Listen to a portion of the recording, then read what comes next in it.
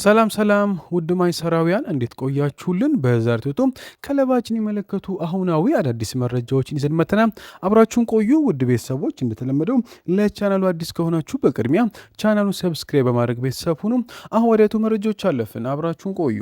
ማንቸስተር ዩናይትድና ብራይተን በካርሎስ ባሌባ ዝውውር ላይ ስምምነት ለመድረስ ተቃርበዋል ሲል ዴቪድ ኦርነስቲን ከደቂቃዎች በፊት በሰበር ዜና መልክ አስደምጧል። ዩናይትድና ብራይተን አሁን ላይ በባሌባ ዝውውር ጉዳይ የመጨረሻ ንግግር ላይ ይገኛሉም ተብሏል። ዩናይትድ ለ2 ዓመቱ አማካይ ወደ 60 ሚሊዮን ፓውንድ እና ተጨማሪ 5 ሚሊዮን ፓውንድ የሚያካትት ጥያቄ አቀርቧልም ተብሏል። ይህም ብራይተን ተጫዋቹን ለመሸጥ ከሚፈልገው ዋጋ አነስ ያለ እንደሆነ ይታመናል።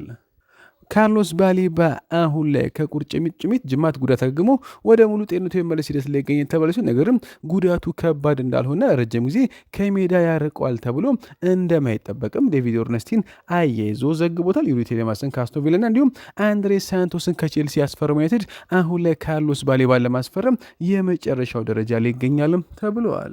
ዴቪድ ኦርነስቲንም አያይዞ አሁን ላይ በሁለቱ ክለቦች መካከል አዎንታዊ ንግግር የቀጠለ ሲሆን በቀጣዮች ሰዓታት አዳዲስ ነገሮች ይሰማሉ ሲል ዘገባውን አጠናክሮታል። ማንቸስተር ዩናይትድ ታዳጊ ኮከቡ ጄጄ ገብርኤል የቼልሲ ፍላጎትን ቢስብበትም በኦልድ ትራፎርድ የመቆየቱን ሁኔታ አሁን ላይ ሙሉ እምነት አላቸውም ተብሏል። ቼልሲ ተጫዋቹን ለማስፈረም ባለፉት ሳምንታት ከፍተኛ ጥረት ያደርገ ቢሆንም ዩናይትድ ግን አሁን ላይ ተጫዋቹን የመልቀቅ ምንም አይነት እንደሌለም ለቼልሲ ሰዎች አሳውቀዋልም ተብለዋል። አለም ፓርዲው በዚህ ዝውውር መስኮት ዩናይትድ ኤዝሬ ኮንሳን ለማስፈረም እንዲሞክር መከረ። ኮንሳ ከጥቂት ክለቦች ጋር ስሙ የተያዘ ነው። ለዩናይትድ ምን ድንቅ ዝውውር ይሆን ነበር ሲል ይጠይቃል። ኳስ ማሰርጭ ይችላል። በአየር ኳስ የባለነት ያሉና ልክ እንደ ስቲቭ ብሩስ ከቆሙ ኳሶች ግብ የሚያስቆጥር የማል ተከላካይ። ስለዚህ ዩናይትድ ኤዝሪ ኮንሳና ሁሌ መመልከት አለበት ሲል ተናግረዋል።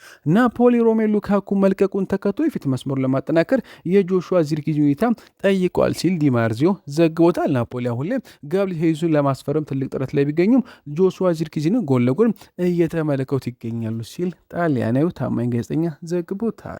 ቤንጃሚን ሴስኮ ለፕሪሚየር ሊጉ መክፈቻ ጨዋታ ሊደርስ ይችላል ተባለ። ተጫዋቹ ማክሰኞ ጠዋት ሙሉ ልምዱን ከዋና ቡድን ጋር ያደረገ ሲሆን በቀጣይ ቀናት ያለው በሴታ ምናልባትም ስለ ቅዳሜ ጨዋታ እንዲያስብ ሊያደርጉ ይችላል ሲል ማንቸስተር ኢቭኒንግ ኒውስ ዘግቦታል። እንግሊዛዊ ቫንቶይና ፈረንሳያዊ ዣቪሊ ማቴታ ዩናይትድ ለአጥቂ ስፍራ ከሚከታተሏቸው በርካታ ስሞች መካከል አሉበትም ተብሏል። ነገር ግን ይሄ የሚሆነው ዚርክዚ ክለቡ የሚለቅ ከሆነ ብቻ ነው ተብሏል። ሁለቱም ልምድ ያላቸው አጥቂዎች አሁን ላይ ለዩናይትድ አነስተኛ ወጪን ብቻ የሚያስወጡ በሆነው ዩናይትዶች አሁን ላይ ተመለከቷቸው ይገኛሉም ተብለዋል። ዩናይትድ በዚህ ክረምት የዝውውር መስኮት በግራ መስመር ተከላካይ ቦታ ላይ አዲስ ፈራሚ ለማምጣት አሁንም በንቃት እየሰራ ይገኛልም ተብሏል። አሁን ላይ ዩናይትድ አንቶኒ ሮሜሰንም ጆርጅ ሳሊናስና ዴቪድ ራውምን እየተከታተለ ይገኛል ሲል ቲም ቶልክ ዘግቦታል። ማይክ ኬጋን በማርከስ ራሽፎርድ ጉዳይ ላይ አዳዲስ መረጃዎችን ይዞ ወጥቷል። ባርሴሎና በካታሎን ስኬታማ የውሰት ጊዜ ያሳለፈውን ማርከስ ራሽፎርድን በ26 ሚሊዮን ፓውንድ ቋሚ ዝውውር የመግዛት እድሉን ሳይጠቀምበት ከቀረ በኋላ ማይክል ካሪክ ተጫዋቹን ወደ ዩናይትድ ከመለሱ በፊት ለረጅም ጊዜ ውይይት አድርገዋልም ብሏል። ማርከስ ራሽፎርድ ወደ ክለቡ ከተመለሰ በኋላ በዩናይትድ ባለስልጣናት ዘንድ ከፍተኛ አድናቆት መደነቅን ፈጥሯልም ተብሏል። በዩናይትድ የልምድ ማዕከል ከሚገኙ የውስጥ አዋቂዎች እንደሚሉት ከሆነ ተጫዋቹ አስቸጋሪ ሊሆን የሚችለው ሁኔታ በጥሩ ሁኔታ የተቀበሉ ሲሆን በልምድ ክፍለ ጊዜዎችም ላይ በከፍተኛ ትጋት እየሰራ ይገኛልም ብለዋል። ምንጮች እንደሚናገሩት ማርከስ ራሽፎርድ የክለቡን ወጣት ተጫዋች በተለይም ጄጄ ጋብርኤልን በመርዳትና በመነቃቃት ላይ ድጋሚ ከፍተኛ ፍላጎት አሳይቷል ብሏል። በተጨማሪም ራሽፎርድ ከሻሌሲ ጋር ጊዜ እያሳለፈ ሲሆን ከኮቢያኖ ጋርም በፍጥነት ተመልሶ ተቀራርቧል ሲል ማይክ ኬጋን አያይዞ ዘግቦታል።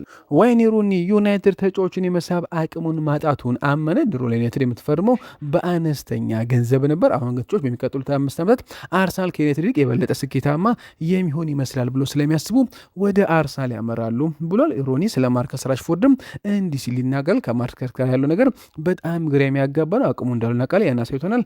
ነገር ግን ያ የረሃብ ስሜት አለው ወይ ብላችሁ ከጠየቃችሁኝ የለውም እላችኋለሁ ብሏል። ሮኒ ስለ ስኬሊም ተጠይቆ እንዲህ ሲል ይመለሳል። በግራ ተከላካይነትና በመሀል አማካይነት መጫወት የሚችሎች ማግኘት ከተቻለ እሱ ወጣት ነው፣ ከፊት ትልቅ ጊዜ ያለው። ስለዚህ እሱን ማምጣት ከተቻለ ምንም የሚያጠራጥር ጥያቄ የለውም፣ ጥሩ ዝውውር ነው ብዬ አስባለሁ ሲል ተናግረዋል። ዲያጎ ዳሎት ከጋዜጣ ዴሎ ስፖርት ጋር ባደረገው ቆይታ ስለ ዩናይትድ ስለሚኖረው የቀጣዩ ውድድር ዘመን ምላሽ ሰጥቷል። ሁልጊዜም ቢሆን አንድ አይነት ነው። የራሴን ምርጥ ብቃት ለማሳየት መሞከር፣ ክለቡን በቻልኩ መጠን መርዳትና ቡድኑን ለመደገፍ በላቀ አእምሮ የአካል ዝግጅት ላይ መገኘት ትፈልጋለሁ ብሏል። ከዚያም ለኖሮችና ዋንጮች እንድንፎካከር የሚያስችለን አዎንታዊ ጉልበት መንፈስ በዙሪያ መገንባት እፈልጋለሁ ሲል ዲያጎ ዳሎት ተናግሯል። ውድ ቤተሰቦች ለነበረ ቆይታ በዚያ በቃ። መልካም ቀን። ቻናሉን ሰብስክራይብ ማድረግ አይረሳ።